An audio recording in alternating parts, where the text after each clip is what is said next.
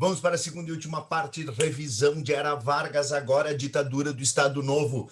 Se liguem, olha aqui, ó. Getúlio Vargas foi um ditador sangrento. Getúlio Vargas foi um ditador sangrento. Getúlio Vargas estabeleceu a censura prévia, tanto à produção cultural e intelectual do país, quanto à imprensa. Getúlio Vargas aparelhou a burocracia do Estado com a criação do Departamento Administrativo do Serviço Público, em que só aqueles que eram pelegos dele, aqueles que eram coniventes ao varguismo, é que se mantinham nas funções do serviço público. Getúlio Vargas aparelhou a Polícia Federal, que foi um instrumento fundamental de perseguição, assim como o DOPS, o Departamento de Ordem Política e Social, que também conheceria o auge da sua atuação lá na ditadura civil-militar, mas que durante a ditadura do Estado Novo, Vargas usou o DOPS e usou a Polícia Federal para perseguir violentamente os seus inimigos. Não nos esqueçamos, a tortura com choque elétrico contra os presos políticos foi estabelecido durante a ditadura de Getúlio Vargas entre 1937 e 1945. Pois bem, no dia 10 de novembro de 1937, Vargas faz o golpe de Estado, fecha o Congresso Nacional, olha aqui, ó. Olha aqui o Jornal à Noite, golpe em 37, dissolvidos o Senado e a Câmara, só voltariam a existir em 1946, após as eleições realizadas no início de dezembro de 1945. E aí nós temos a notícia da reabertura do Senado Federal em 1946. Vargas já chega prontinho para outorgar uma Constituição, então Constituição de 37, inspirada na Constituição polonesa, inspiração fascista, embora não fosse fascista, cuida, o fascismo militariza a sociedade e o fascismo estabelece monopartidarismo. Vargas extinguiu todos os partidos políticos, todos, e não militarizou a sociedade de jeito nenhum. Então são duas características bem diferentes do que o fascismo trabalha, certo? Agora, tem muita característica parecida, sim, inclusive a própria legislação trabalhista que vai ser incorporada, sobretudo a partir da CLT.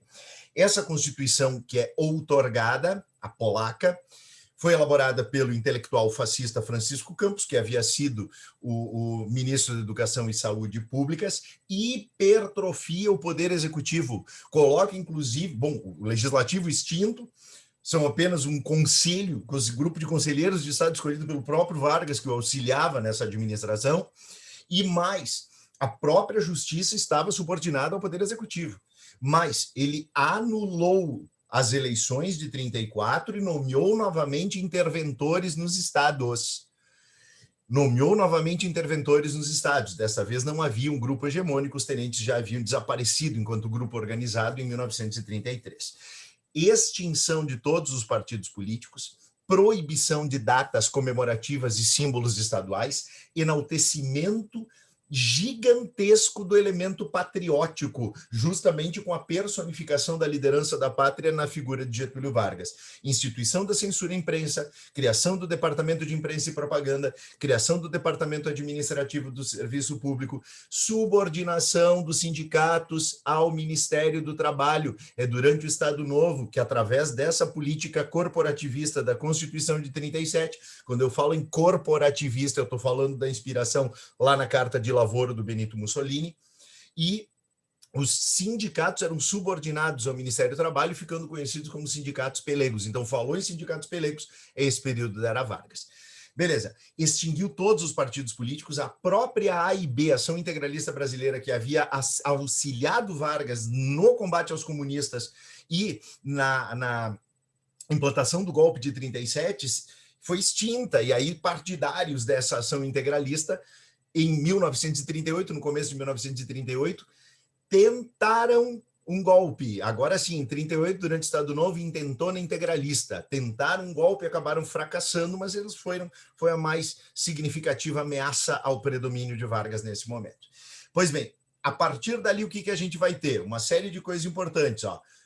Departamento Administrativo do Serviço Público, a inspiração naquela ideia da burocracia, mas todos os funcionários deveriam ser alinhados ao Vargas. Criação do Departamento de Imprensa e Propaganda, censura prévia, toda a produção intelectual, toda a educação voltada ao nacionalismo, ufanismo, perseguição aos comunistas muito forte, disciplinarização das massas e a ideia da estabilização, da harmonização das classes em torno da figura da liderança do Estado, personificado na figura de Getúlio Vargas.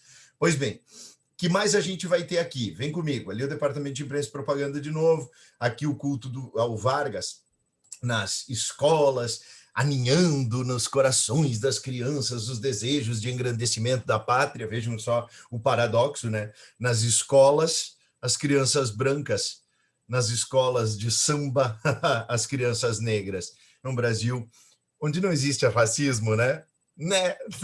O vice-presidente da República dizendo essa asneira. Ai, senhor. Mas, vamos lá. A partir daqui, vem comigo. O que a gente... Pronto. Ah, tá, eu estou clicando na minha fuça. Vem comigo. Aqui toda a figura do Vargas. Eu vou disponibilizar esses slides para vocês aí também no Classroom.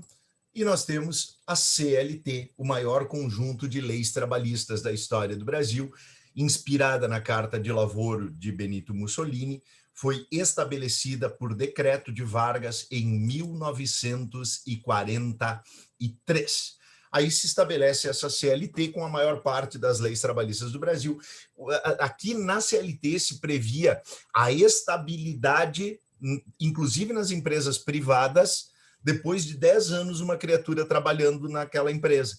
Se em 10 anos a criatura trabalhando na empresa não tivesse na sua carteira profissional nenhum registro de que ele havia sido rebelde, ela havia sido rebelde, havia faltado sem justificativa, havia se atrasado, coisas do gênero, a partir dali, 10 anos, se teria estabilidade, inclusive no próprio serviço privado, nas empresas privadas. Isso só foi derrubado em 1965 por Castelo Branco com a criação do FGTS, justamente para atrair as empresas estrangeiras que não queriam essa estabilidade para os trabalhadores. Aí se proibiu em 65, Castelo Branco, se acabou com a estabilidade no serviço privado e se criou o Fundo de Garantia por Tempo de Serviço em compensação. E aí nós temos essa caracterização, sindicalismo pelego é desse momento. Inclusive são os sindicatos pelegos que vão fazer o movimento queremista. Nesse momento nós tivemos um auge também dessa força da propaganda do Vargas como o pai do povo. Política trabalhista, olhem aqui, olha, trabalhador disciplinado, trabalhador com participação no Estado Novo, claro que não de maneira democrática, pelo amor de Deus, não vai marcar uma coisa dessas na prova, mas um trabalhador disciplinado que teria no Estado o seu protetor. E a partir dali, proibição das greves, disciplinarização, despolitização das massas e a ideia de que é o Estado brasileiro, o atual governo, por iniciativa própria, quem faz as coisas para as classes trabalhadoras. Esse é o momento em que nós temos a criação das indústrias de base. A partir de 1938, foi criado um plano quinquenal, tá? Economia com planos econômicos. Nesse plano quinquenal se estabeleceu a criação da Companhia Nacional do Petróleo, geração de energia, siderurgia, mineração, estímulo ao agronegócio em expansão para o oeste. Agora começa a marcha para o oeste, a política indianista do Vargas, que vai dizer que os índios precisavam ser integrados à cidadania brasileira com o espírito de desenvolvimento do capitalismo agrário.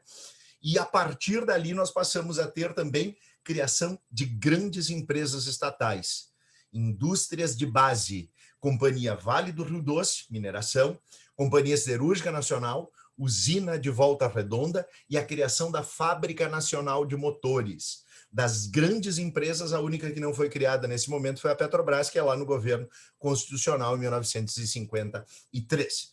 E aqui nós temos também uma outra relação. A própria construção da usina de Volta Redonda, ela tem a ver com a relação do Brasil com os Estados Unidos. A Segunda Guerra Mundial se inicia em 1939 e o Vargas era um cara bastante simpático ao eixo. O Vargas, de maneira pragmática, o que fez? O Vargas estabeleceu uma neutralidade em relação à guerra. O Brasil, de 1939 a 1942, se manteve neutro. Mas, neste momento, o Brasil negociava com a Alemanha, negociava com a Itália, com o Japão, com quem quer que fosse, Inglaterra, França, escambau. E com os Estados Unidos, evidentemente. Inclusive, a balança de comércio brasileira com países do eixo, da Alemanha mais especificamente, foi maior do que a com os Estados Unidos no ano de 1940. E o Brasil, durante a Segunda Guerra Mundial, assim, vários países da América Latina, teve superávit nessa agroexportação, superávit econômico. Pois bem, só que desde 1932, Roosevelt, esse carinha aqui, ó, Franklin Roosevelt, presidente dos Estados Unidos, quando ele lança o New Deal, ele muda a política em relação à América Latina. Antes, os Estados Unidos eles eram bastante interventores, tinha aquela herança lá do Big Stick, intervenção, protetorado, militares, marines, o caralho a quatro. Opa, saiu um palavrão sem querer. E nós tínhamos também grandes investimentos com a diplomacia do dólar. A partir do momento em que acontece a crise de 29 e vem o New Deal, intervencionismo nos Estados Unidos e a adoção de uma política de boa vizinhança para com a América Latina. Prioridade de relações diplomáticas e investimentos norte-americanos estritamente necessários. Isso vai se manter até 1961, quando John Kennedy lançará a Aliança para o Progresso. Então, da década de 30 até a década de 60, os Estados Unidos priorizaram as relações diplomáticas com a América Latina. E é nesse momento que nós temos esse carinha aqui, Walt Disney, está cheio de brasileiro chamado Walt Disney até hoje, em homenagem a ele. Walt Disney veio para o Brasil e ele foi o grande embaixador da boa vizinhança. É nesse momento que nós temos a Carmen Miranda indo para Broadway e a criação de personagens como Zé Carioca, brasileirinho, Pantito, mexicaninho, tinha até um cavalinho argentino chamado Gauchito, que acabou depois desaparecendo dessas histórias em quadrinhos. O filme Você Já Foi à Bahia é o momento em que o Pato Donald, na Bahia, encontra o Zé Carioca. E aí vai aparecer a Carmen Miranda, as músicas brasileiras, o Brasil invadindo a Broadway. E aí essa política de boa vizinhança simbolizada exatamente nessa relação do Disney. Pois bem, em 1941, já havia acontecido a Carta do Atlântico, que é o fundamento depois para a própria OTAN e para as relações que a ONU depois veio estabelecer. E em 1941, os Estados Unidos queriam uma base militar no Brasil, por isso aquela imagem que a gente viu agora há pouco. O Vargas concedeu uma base militar em Natal, a base de Parnamirim, em Natal, no Rio Grande do Norte, no litoral, proteção do Atlântico. Concedeu para os Estados Unidos em 41, antes mesmo dos Estados Unidos entrarem na guerra. E isso, claro, que causou um descontentamento muito grande na Alemanha, que até então era uma parceira econômica e via até possibilidades do Vargas não propriamente entrar na guerra contra os aliados, mas, no mínimo, manter-se neutro a guerra inteira. Com a instalação de uma base militar norte-americana, as coisas mudaram. Em 1942, navios brasileiros foram atacados por submarinos alemães e, em agosto de 42, o Brasil declarou guerra ao eixo. Na Primeira Guerra Mundial, o Brasil mandou tropas de apoio. Na Segunda Guerra Mundial, foi criada a Força Expedicionária Brasileira, os Pracinhas, e a Força Aérea Brasileira partiram para a guerra. Em 1944, 23.334 soldados brasileiros participaram da Segunda Guerra Mundial. Lembra que a cobra fumou, a cobra vai fumar. E o Brasil ajudou na Batalha de Monte Castelo a derrotar os nazistas no norte da Itália. E aí entra aquela situação, está terminando a guerra e aí entra um paradoxo, porque o Vargas combate as ditaduras em nível internacional e internamente ele era um ditador. Os questionamentos eram cada vez maiores e os próprios norte-americanos começaram a pressionar contra a política nacionalista que o Vargas estabelecia. A política nacionalista do Vargas não agradava os Estados Unidos e não agradava a grande burguesia, a altíssima burguesia nacional interessada nessa aliança e na presença do capital estrangeiro. Essas são as bases que depois acabaram marcando todas aquelas discussões sérias e divergências de projetos políticos e econômicos que aconteceram ao longo da chamada Era Populista. Pois bem, mas terminada a Segunda Guerra Mundial, ou em vias de terminar, o paradoxo do Vargas ser um ditador diante de uma série de democracias que estavam vencendo levou a ser uma série de pressões. Em 1943, um grupo, não dá nem para chamar de políticos naquele momento, porque, afinal de contas, o Brasil estava sem o seu legislativo, mas sim, um grupo de civis com interesses políticos, em 1943 fez o Manifesto dos Mineiros, denunciando a ditadura do Vargas e exigindo a redemocratização. Em 1945, nós tivemos o fim da censura à imprensa, houve uma ruptura da censura à imprensa no Manifesto dos Escritores, publicado no Rio de Janeiro, e as pressões internacionais levaram o Vargas a fazer concessões. Em 1945, Vargas marcou eleições para a Câmara de Deputados, para o Senado, para a presidência e para governadores. E naquele momento, ele permitiu a reorganização partidária. Quais os principais partidos? Tem vários partidos que são nanicos. PDC, PTN, PRP, PSP, esses todos eram partidos pequenos que existiam. Mas assim, ó, tinha quatro grandes. Um deles só vai existir entre 1945 e 1947, porque depois o Dutra cassou, que é o Partido Comunista do Brasil. O Vargas, inclusive, anistiou os presos políticos, permitiu que os exilados retornassem ao Brasil e o Luiz Carlos Prestes se tornou o grande líder do Partido Comunista do Brasil. Além do Partido Comunista do Brasil, nós tínhamos também o DN, principal partido de oposição ao Vargas. O DN, Partido da Alta Burguesia Nacional, um partido com fundamentalmente eleitorado urbano da alta burguesia e da classe média alta. E daqueles que são pobres, mas se acham ricos. Dois partidos surgem a partir do Vargas. O mais importante, Partido Trabalhista Brasileiro, é o partido do Vargas, é o partido do Jango, é o partido do Brizola. Partido Trabalhista Brasileiro tinha como base os sindicatos, Força Nacionalista e Trabalhista. Também oriundo da base varguista, PSD, o partido com maior espectro eleitoral. Tinha voto em todos os grupos sociais, tinha voto no campo e voto na cidade. Era o partido mais foda de todos no sentido eleitoral. O Vargas não podia se candidatar, claro, né? E aí vem as eleições. Nas eleições, o Vargas apoia o Dutra. Lembra disso? Eurico Dutra tinha, inclusive, a campanha Povo Brasileiro. Ele disse Dutra presidente. O Dutra era candidato pelo PSD, que era o partido dele, e pelo PTB, apoiado pelo Vargas. A oposição lançou o brigadeiro Eduardo Gomes. Eu sempre digo que a única coisa boa que a UDN fez pelo país foi que uma dona de casa de São Paulo fez, em homenagem ao brigadeiro Eduardo Gomes, o doce brigadeiro, a única contribuição positiva da UDN. E nós tivemos também os comunistas lançando o Ia do Fiuza. Em meio a isso vem o movimento queremista. Queremos Getúlio, constituinte com Getúlio, queremos Getúlio, constituinte com Getúlio. Olha bem, constituinte com Getúlio. Ou seja, o movimento queremista, com a base sindical, sindicatos pelegos, desejava, sim, eleições para deputados, sim!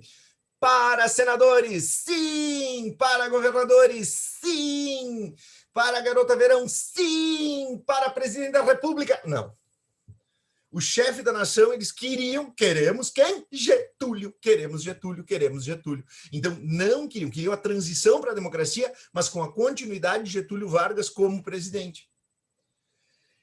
E esse movimento queremista ganhou força. A oposição acusava o Vargas de fomentá-lo para tentar um golpe. O próprio Dutra já começou a ficar aqui, né, já pensando, o Vargas. O Dutra tinha ajudado o Vargas a dar o golpe de 37. O próprio Dutra acabou percebendo isso. Uma manifestação queremista foi proibida no Rio de Janeiro pelo chefe da Polícia Federal e o Vargas demitiu esse chefe da Polícia Federal e nomeou o próprio irmão Benjamin Vargas para ser o novo chefe da Polícia Federal. A alta cúpula militar, Góes Monteiro, Eurico Dutra, Negrão de Lima, essa galera toda se reuniram assim e disseram, tá, Vargas, acabou, velho. O Vargas foi deposto antes da eleição, justamente depois de um desses comícios do queremismo ter sido proibido. O Vargas foi deposto às vésperas da eleição, em outubro ele caiu, a eleição era em dezembro, e aí, sim, nós tivemos o chefe do judiciário, essa criaturinha linda aqui, agora me fugiu o nome dele, mas Delfim, não é Delfim Moreira, agora me fugiu. Nós tivemos o chefe do Poder Judiciário, daqui a pouco eu lembro o nome e coloco para vocês, bonitinho ele, né? Que acabou assumindo a presidência da República entre os meses de novembro e dezembro de 1945. A partir dali, vieram as eleições e no dia 2 de dezembro, ainda com o apoio do Vargas, Eurico Gaspar Dutra foi eleito presidente da República. Em 1945, terminava, portanto, a ditadura do Estado Novo. Então tá, minha gente, beijos.